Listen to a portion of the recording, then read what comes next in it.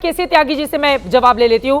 केसी त्यागी जी, आपका इतना लंबा चौड़ा संसदीय अनुभव रहा है, कई बार के आप सांसद रहे हैं, मेरा ये सवाल है। मनीष तिवारी जी सिद्धांत नहीं, मनीष तिवारी जी सिद्धांत की बात कर रहे थे। मनीष तिवारी जी इस बिल के पक्ष में नहीं बोल रहे थे। तो वही तो सिद्धांत की बात है ना सर, कि सिद्धांत, नैतिकता, ये तमाम बातें जब हमारे संविधान के निर्माताओं ने संविधान को बनाया होगा उस समय उनको नहीं अंदाजा होगा ना कि जो बड़े बड़े नेता राजनीतिक शुचिता की बात करते हैं, एक समय में इनको जेल जाना पड़ेगा, एक समय पर जेल जाना पड़ेगा, और जेल जाना तो छोड़िए, जेल से सरकार चलाएंगे वो, ऐसा भी नहीं सोचा होगा। लेकिन केसी त्यागी जी उन्होंने कई उदाहरण दिए, सत्येंद्र जैन का उन्होंने उदाहरण दिया, उन्होंने आंध्र प्रदेश के मुख्यमंत्री का उदाहरण दिया कि आंध्र प्रदेश के मौजूदा सीएम को जब दूसरी वहां पर राज्य सरकार थी उसने किस तरह से गलत तरीके से फंसाकर उनको जेल पहुंचाया था। तो इस तरह की कई उदाहरण है केसी त्यागी जी।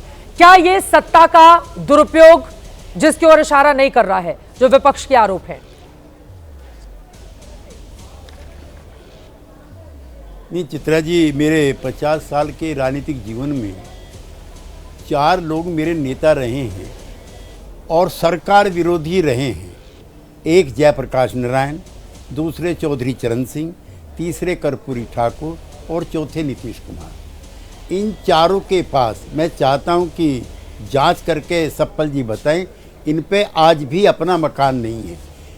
एक प्रधानमंत्री रह चुके हैं, एक 20 साल से मुख्यमंत्री हैं। दिल्ली में, पटना में व्यक्तिगत मकान नहीं नीतीश कुमार जी पे। अभी मैं पढ़ रहा था वेणुगोपाल जी का कि नीतीश को डराने के लिए, चंद्रबाबू डराने के लिए है। तो नीतीश जी के बारे में तो मैं चुनौती देना चाहता हूँ। एक नए पैसे का, एक कौड़ी का आरोप सिद्ध करो तो हम सब लोग राजनीति से संन्यास ले लेंगे। ये जो नैरेटिव किया जा रहा है बहुत अच्छा होता है चित्रा जी। मैं अब एक आदर्श बात कहता हूँ कि पक्ष और प्रतिपक्ष दोनों मिलकर इसको पास करते। ये गांधी का देश है, उसने सुचिता सिखाई थी, उसने 3 पीस सूट वाले जो लोग थे कांग्रेस के बड़े बड़े नेता, उनको खादी दे दी थी, वो आश्रम में चले गए थे। उन्होंने खद्दर पहनना सिखाया था बड़े बड़े लोगों को। मुझको पंडित जवाहरलाल नेहरू का याद है, जब पहली बार प्रतापगढ़ में वो गए थे कांग्रेस के अधिवेशन में, खद्दर पहन करके उनके जिस्म पे निशान हो गए थे। ये गांधी का देश है, विनोबा का देश है। लिहाजा प्रधानमंत्री के मामले में मेरा जरूर चित्रा जी ये कहना है, प्रधानमंत्री को कौन गिरफ्तार करेगा। हाँ, विदेशों में इम्पीचमेंट होता है। मैं विदेश के कई उदाहरण देख रहा था चित्रा जी, इम्पीचमेंट होता है। और दूसरा सप्पल जी, ये कोई कानून नहीं बना है, ये बिल आया है, ये जेपीसी के सामने जाएगा, जिसमें कांग्रेस के भी होंगे, कम्युनिस्टों के भी होंगे, आम आदमी के भी होंगे। उसमें अच्छे सुझाव भी आएंगे। मैं 5 जेपीसी कमेटी का मेंबर रह चुका हूँ।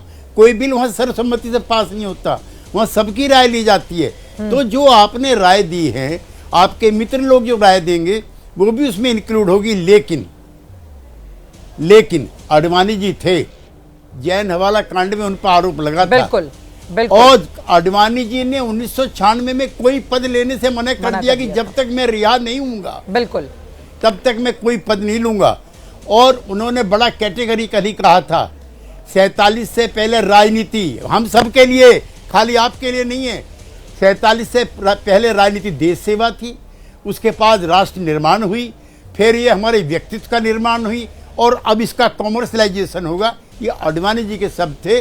और जैन हवाला कांड में हमारे भी कई, और शरद यादव थे, वो मंत्री नहीं बने। बिल्कुल। अब ये बनाया नहीं, नहीं बने, इस पर आप बहस कर सकते हो, लेकिन आडवाणी जी का किस्सा तो सबके सामने। बिल्कुल बिल्कुल। इसलिए हर वक्त हम ये माने कि भ्रष्टाचार के मामलों में बायस्ड ओपिनियन होंगे।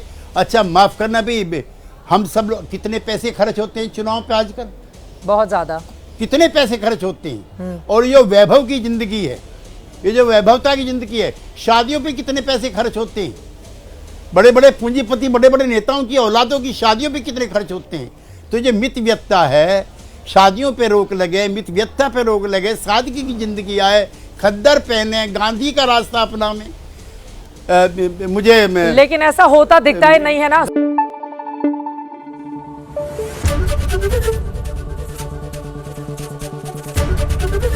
एबीपी न्यूज आपको रखे आगे।